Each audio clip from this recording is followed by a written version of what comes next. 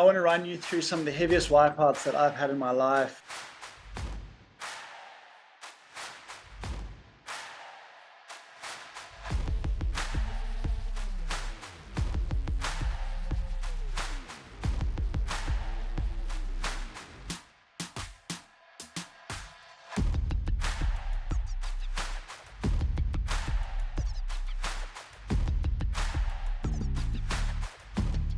I'm like crushed by that lift.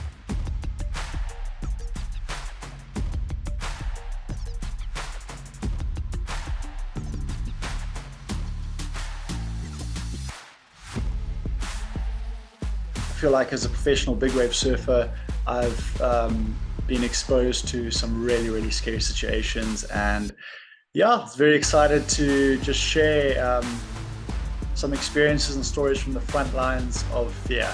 So here we go.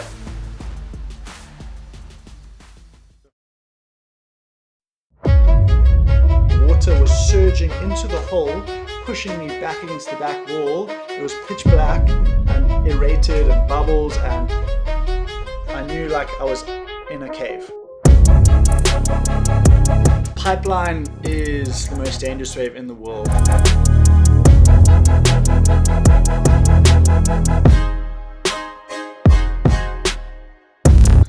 It's not by any means the biggest or the tallest, but it's definitely one of the heaviest, and the thing that makes it so dangerous is how unpredictable it is and the reef that it breaks over.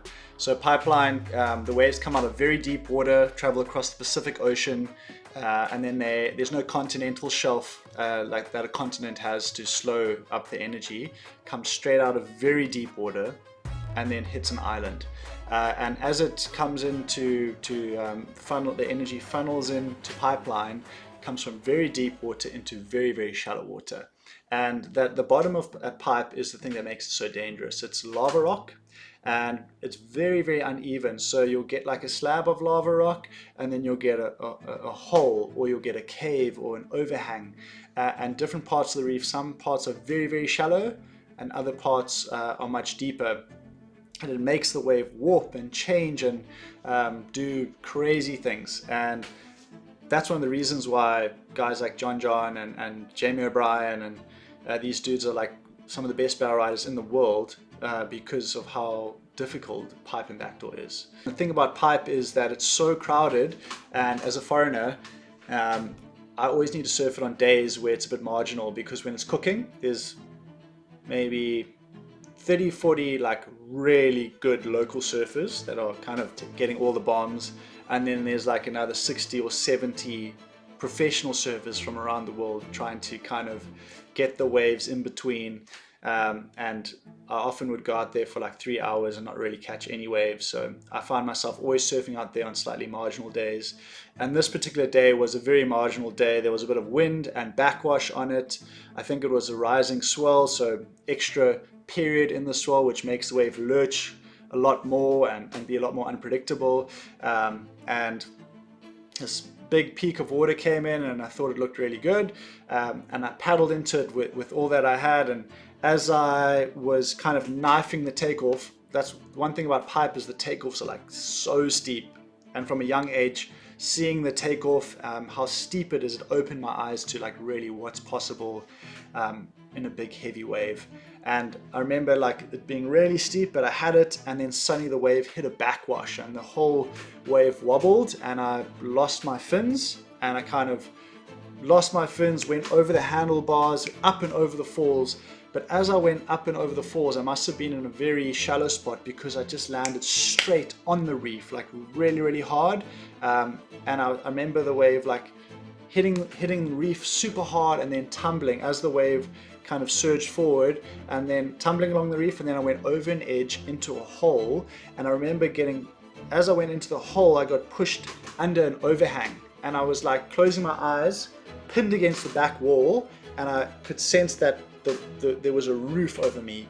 And I had this moment of intense panic, because I was pinned against the back wall. The water was surging into the hole, pushing me back against the back wall. It was pitch black and aerated and bubbles, and I knew like I was in a cave.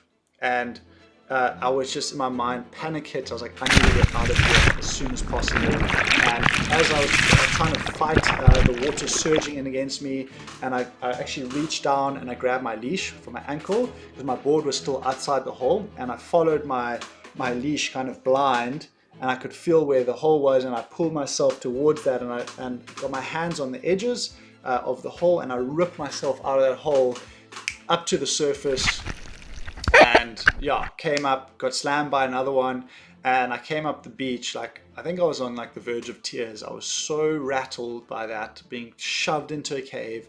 And my toe, my big toe, had, like, from also hitting the reef, like all the skin had kind of like had a massive hole, and the skin was like all like threatening to kind of all peel off. That put me out the water for a good couple days, and the rest of the trip I had to wear booty.